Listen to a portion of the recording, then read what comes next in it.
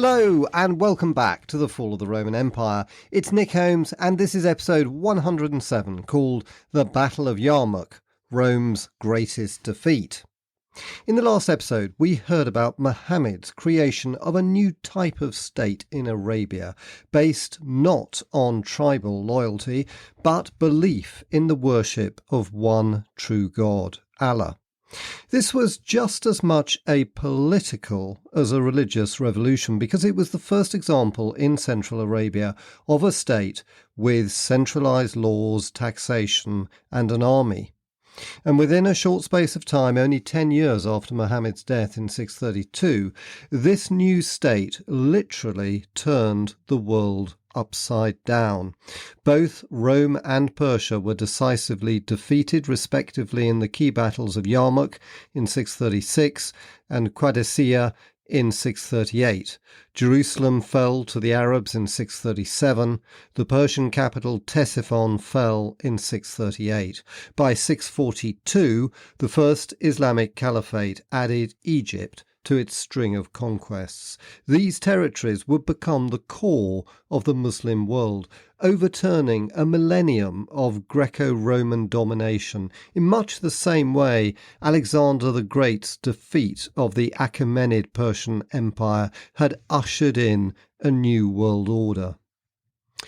But we have a problem. Historians have long been baffled how Islam achieved this. Two theories are most popular. First, Roman Persia was simply exhausted after their long war and incapable of resisting the Arabs. Second, the Arabs were enthused with a religious zeal which made them almost invincible. Now, I don't entirely disagree with either of these. Probably both were true to some extent, but in this episode I want to look at the key battle of Yarmuk and to suggest two other reasons for Islamic victory which I believe have been overlooked and are hinted at in our very earliest source on the rise of Islam. So, to understand what happened at Yarmuk, we need to resume our narrative after Muhammad's death in June 632. And at that date, far from being on the verge of conquering the Middle East, it looked as if his innovative new state might disappear as fast as it had been born. It's worth mentioning that there's still some mystery about how he died. Later Muslim sources record he was suddenly afflicted with intense headaches. He would have been in his late 50s and had been exceptionally active up to this point. There's no clarity at all about the cause of his death, although some Muslim sources speculate he was poisoned. The only thing known for sure is that his death was both unexpected and untimely. He had no surviving male heirs, so there was no obvious successor, and this threw his new state into an intense crisis. The different tribes within the new Islamic State each lobbied for one of their own to be leader or to break away. Not surprisingly, the tribal loyalty supposedly supplanted by the faith of the Ummah, as the community of Muslims was called, was still strong. Indeed, it seems remarkable that Islam passed its first great hurdle without more difficulty than it did, but this appears to have been due to the skillful diplomacy of Abu Bakr, Muhammad's right-hand man, one of his first converts in Mecca, and someone who was widely respected as fair, honest, and not self-interested. We have no reliable insights into the political machinations that must have gone on, but somehow he won over the support of most tribes and was proclaimed Muhammad's successor.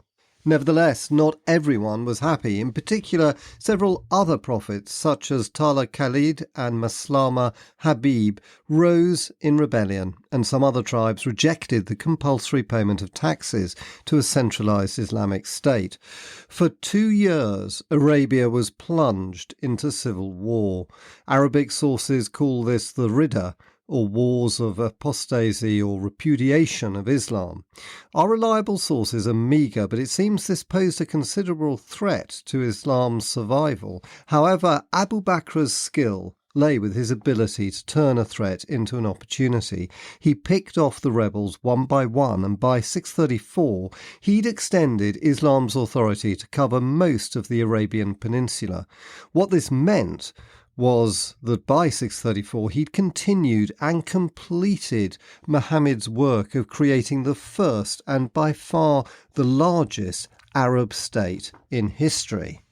Now, Abu Bakr knew the best way of maintaining the state was by continued military expansion, and he wanted to take on the two main powers in the region, Rome and Persia.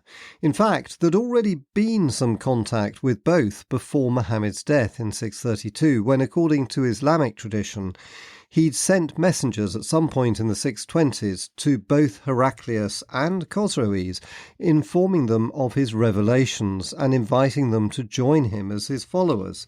Islamic sources say Khosroes' response was, as expected, dismissive, and he tore to pieces the Prophet's letter, cursing his impudence.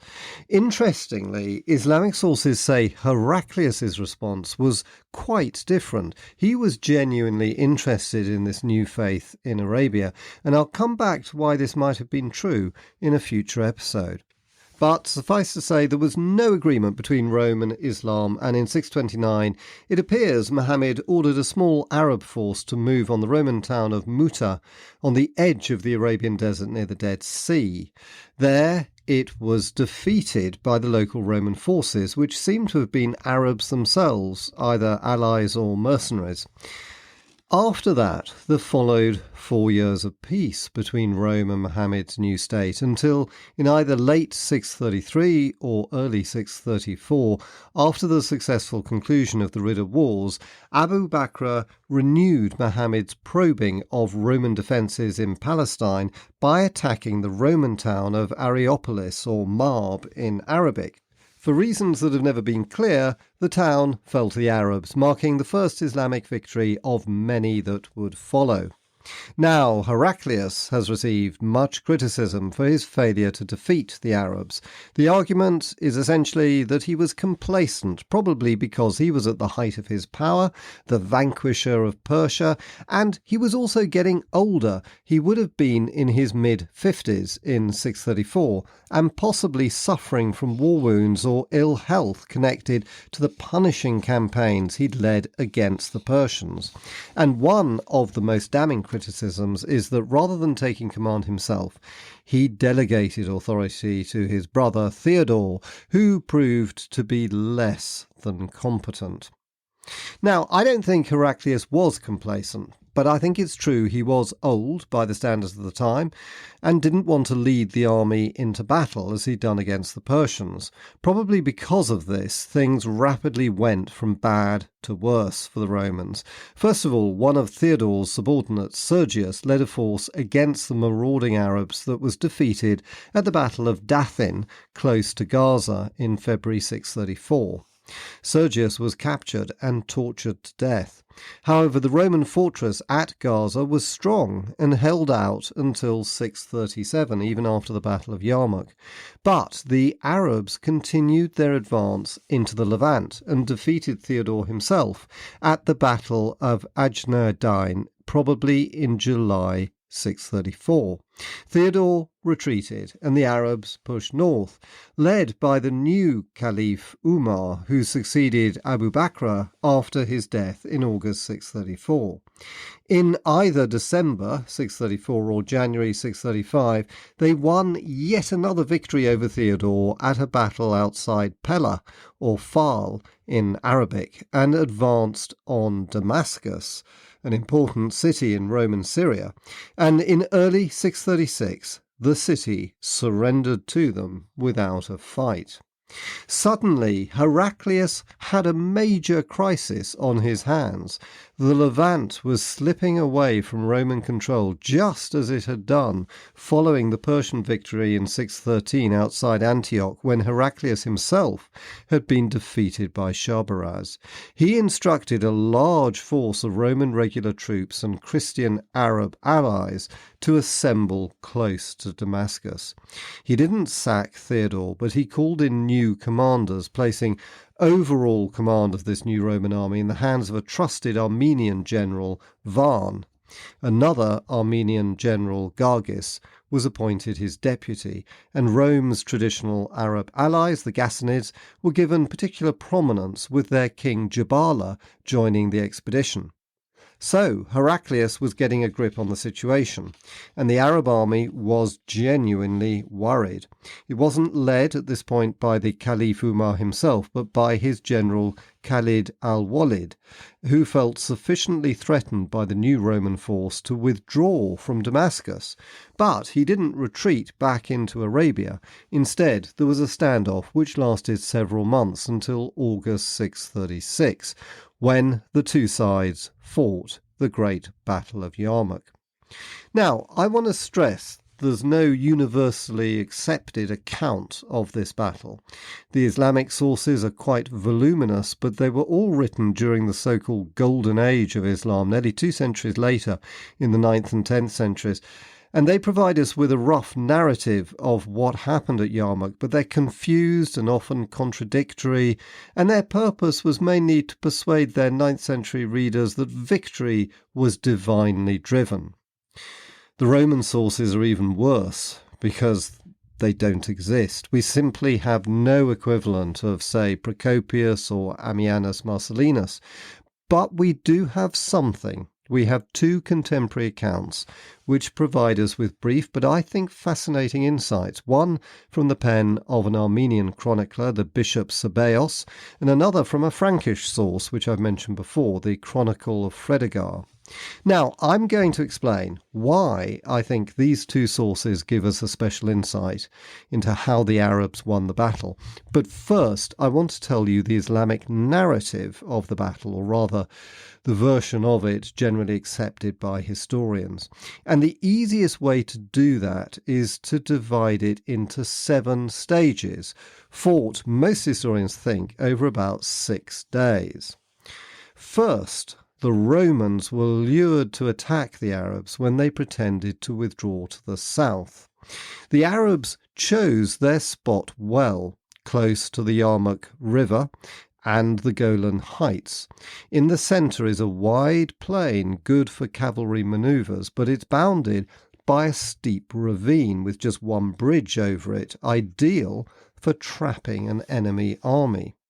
Second, the Romans advanced on the Muslim camp, hoping for an easy victory, whereupon the Muslims sprang their trick, counterattacked, and pushed the Romans back in disarray. Third, the Muslim commander Khalid al-Walid exploited this disarray by driving off the Roman cavalry and surrounding the infantry. Fourth, the Romans' Arab allies, the Ghassanids, sensed things were going badly and fled the field. Fifth, the Muslims captured the only bridge over the ravine, thereby cutting off the Roman retreat. Sixth, the Muslims stormed the Roman camp and completed their encirclement of the Roman infantry. Seventh, the entire Roman army disintegrated, with many of the infantry surrendering in the vain belief they would be spared, but they were instead butchered, with the rest trying to escape over the steep slopes of the ravine, where they fell to their deaths or were killed in flight. Just as with the disastrous Battle of Adrianople 258 years earlier, probably most of the Roman infantry were killed, amounting to perhaps over 10,000 casualties, and most of the Roman high command were killed with them, including probably the Armenian commander-in-chief Van, who disappears from history at this point. It was a turning point in Roman military history. Just as the Battle of Adrianople was the start of the fall of the Western Empire, so Yarmuk was the start of the fall of the Eastern Empire. Heraclius had no choice but to evacuate Syria. A few months later, Jerusalem was besieged and probably fell to the Arabs in early 637, although historians are still unsure as to the exact date. Sophronius, the bishop of the city, is said to have uttered the famous words, quote, "Behold the abomination of desolation spoken of by Daniel the prophet," as he watched the Caliph Umar ride in victory through the streets on a white camel. Islam was here to stay. But we still haven't answered the key question, which is how did the Arabs achieve this spectacular victory? And in most books you'll find two answers. First, the Romans were exhausted after their long war with the Persians, and second, according to the Arab sources written long after the event, it was religious enthusiasm and the hand of God that gave them victory. And yes, I agree the Roman army had suffered huge losses during the Persian War, and yes, the Arab armies were to some extent driven by religious zeal. But I don't think that's the entire story. And I want to suggest two other reasons, both hinted at by the earliest contemporary source we have on the rise of Islam, which is the History of Khosroes, or sometimes called the Armenian History, written by an anonymous 7th century Armenian bishop. Historians used to think was called Sabaeos, and now refer to as Pseudo-Sabaeos, since they're not in fact sure who wrote it. Now, Sabaeos says two things about the Battle of Yarmuk which I think have been overlooked. First, quote, all the remnants of the sons of Israel, as he called the Arabs, gathered and united together, they formed a large army, end quote. And I think the word large is very significant. For the Islamic chroniclers don't like to emphasize the size of the Arab army, instead focusing on its heroism and religious zeal, and claiming the Roman army was hundreds of thousands strong and massively outnumbered it. But I think the truth was the opposite.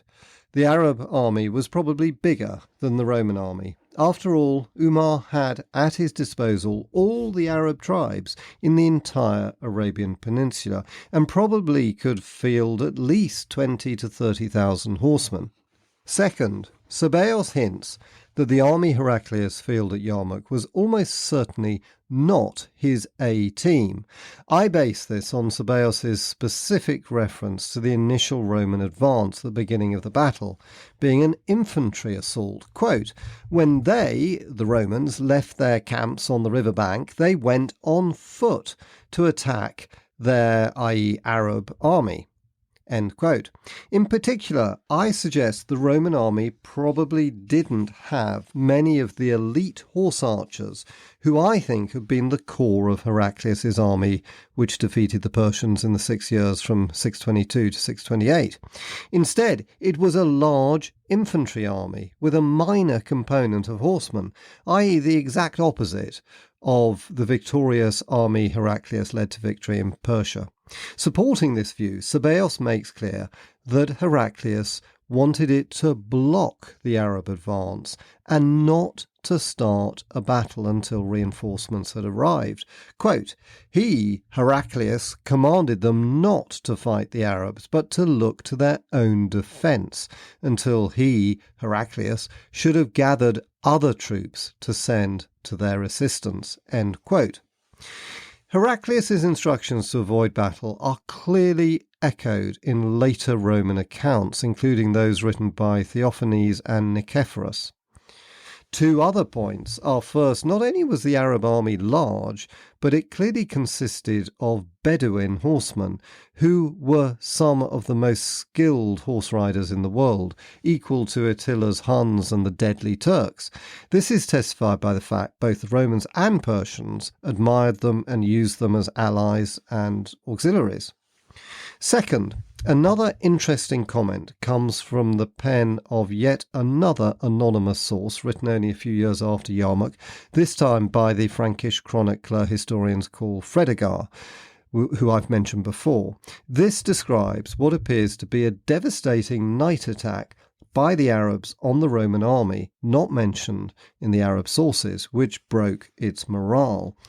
Quote, but during that very night, the army of Heraclius was smitten by the sword of the Lord. 52,000 of his men died where they slept. When, on the following day, at the moment of joining battle, his men saw that so large a part of their force had fallen to divine judgment, they no longer dared to advance on the Arabs, but all retired from whence they came. End quote.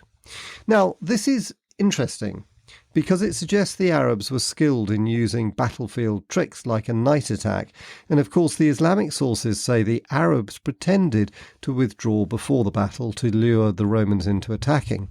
All of this suggests the Arab army was exceptionally well organised, well trained and well led.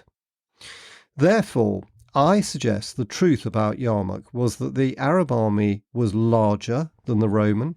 Talking numbers is almost meaningless, but let's say maybe it was 20 to 30,000 strong versus a Roman army of, let's say, around 20,000.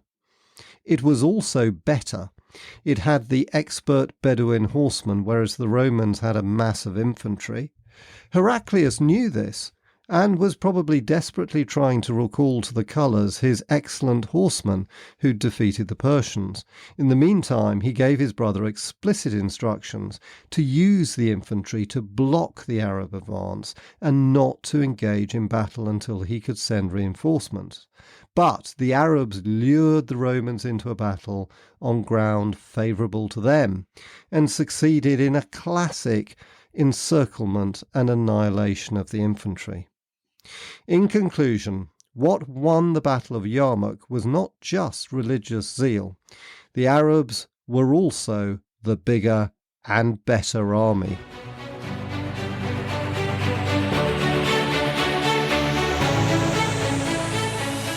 And that ends this episode. Thanks so much for listening, and I hope you enjoyed it. And we'll continue with the extraordinary story of the rise of Islam in a week's time on the 22nd of February.